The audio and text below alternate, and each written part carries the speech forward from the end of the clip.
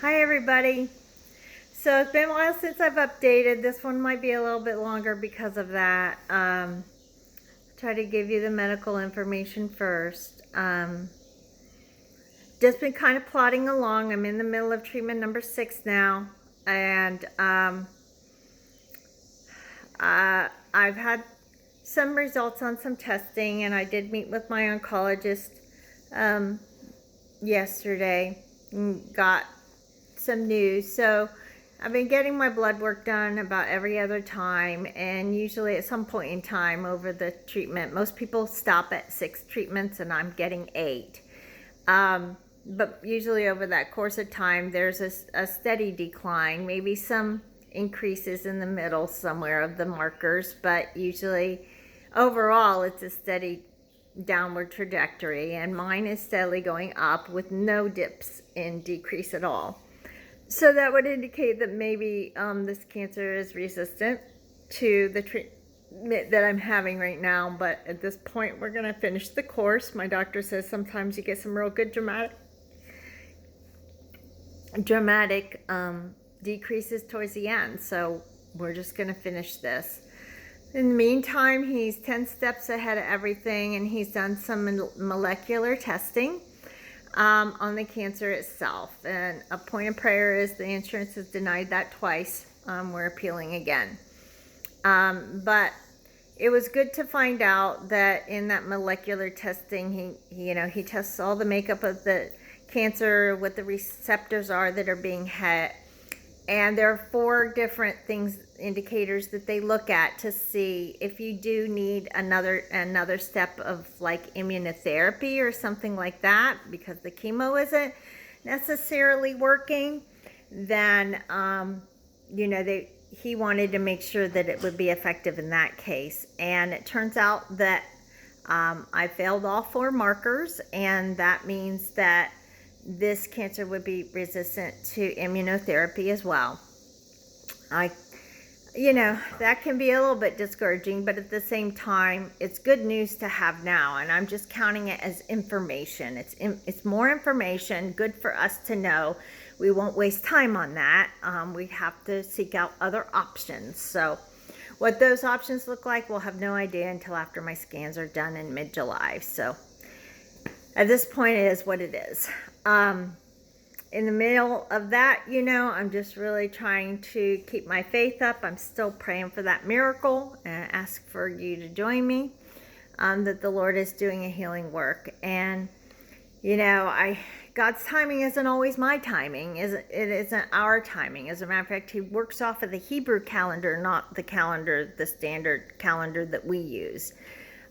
He's been on his own timing for eternity, and I have to remember that. And so, I really try to pay attention to the Hebrew calendar, because I know that he works on that timing, and each month represents something different.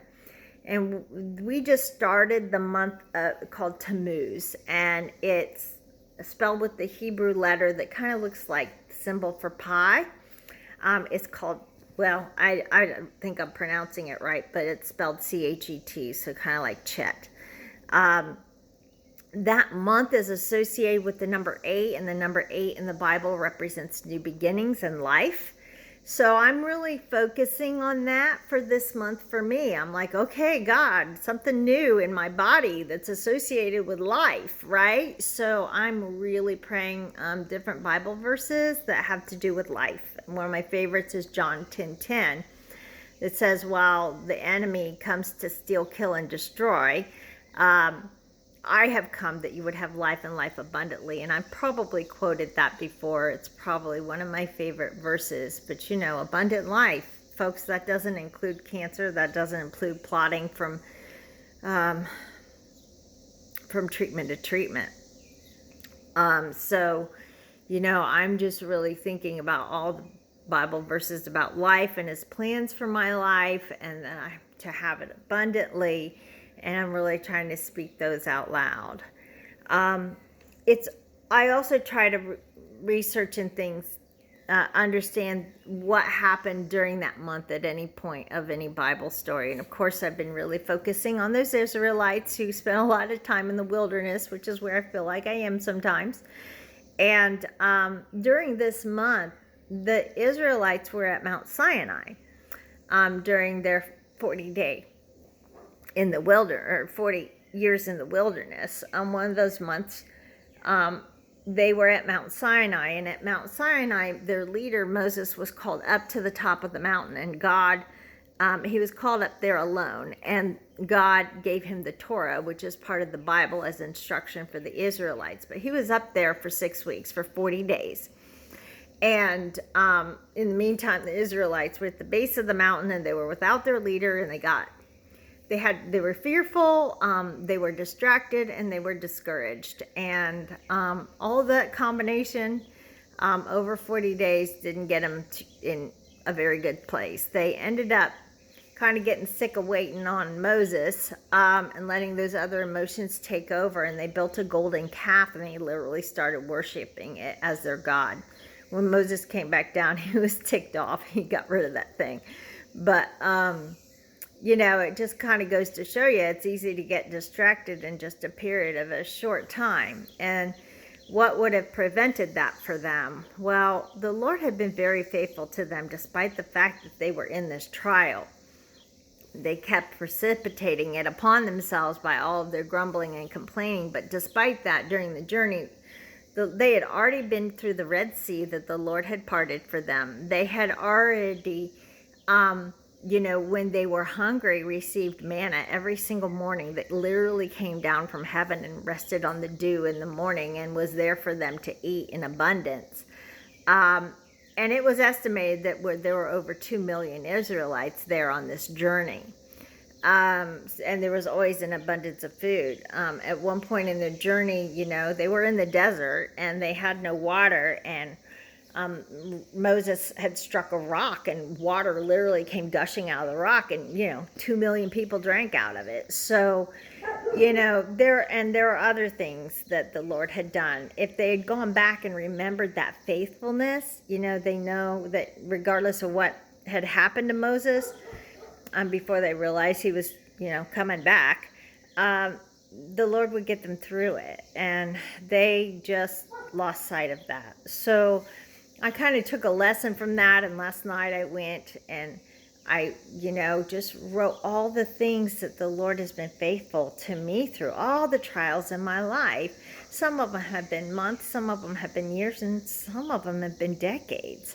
So, you know, but the Lord's been with me through the trials, and he's brought me out of the trials, and out of darkness and things like that. So I was just writing this list, and I wasn't even through it, and I just became literally overwhelmed with his faithfulness. And I was literally just crying and sobbing and thanking him and praising him, because I was like, oh Lord, you have been so faithful. You know, no matter what this feels like now, no matter what the reports are now, you're faithful. And sometimes trials last longer than I like, but you're with me in them and through them, and you get me past them. So I'm just trusting you in this one too, you know. And it just, you know, it just helped me. So if you know, there's anybody out there in a dark time that seems to go on and on and on, I would suggest that if you can't get to faith because there's too much fear or discouragement, then try writing down a list of all the things that God's got you through. And not only that he got you through it, but you know, how he was there, you know, looking back, hindsight is 20/20, and how he was there through the trial as well. Because it really touched me. It really affected me, and it was a great bridge back to my faith. The other thing is, the other lesson that I learned from the Israelites were, this month is also associated with the tribe of Reuben. And the tribe of, you know, there are 12 tribes of Israel. And the tribe of Reuben, you know, the promised land was on the west side. On the west, north, south, east, west. On the west side of the Jordan and the Dead Sea. The tribe of Reuben came to a point right on the east side of the Dead Sea, and they're like, "This looks good. We'll take this. We'll settle here." It wasn't what the Lord had for them, and they were just tired and discouraged. And bottom line is, they quit too soon. So they ended up having a very secondary role in the history of the Israelites. And the Jewish people, and it was because they cut themselves off from the Lord's blessing because they just quit too soon. So I had to really remember that too as a lesson, that, you know, I can't quit too soon. I'm tired. I can think about the fact that it seems like I've gone through all these treatments. Most people are finished by now, and I've got 2 more to go, and we're not even sure of its effectiveness yet. So, you know, but my pastor told me, he said, don't speak about the mountain, speak to the mountain. And so I'm trying to remember that, and take a lesson from the Israelites and not quit too soon. Don't stop praying. Don't stop asking. Don't stop believing. And yeah, that song Journey just came in my head from Journey. Don't stop believing. I think they just remade it too. Anyway, okay. See how easily you can get distracted? So anyway, that's kind of where I am though, is I'm not going to stop believing, and I'm not going to quit too soon, and I'm going to remember the things He's brought me through when I feel like my faith is discouraged, and it's been a great bridge to my faith, to get me back to my faith, and that's kind of where we are right now. So thank you for those who are coming alongside and praying for me, and I really appreciate it, because they do help and they do carry me. So bless you all.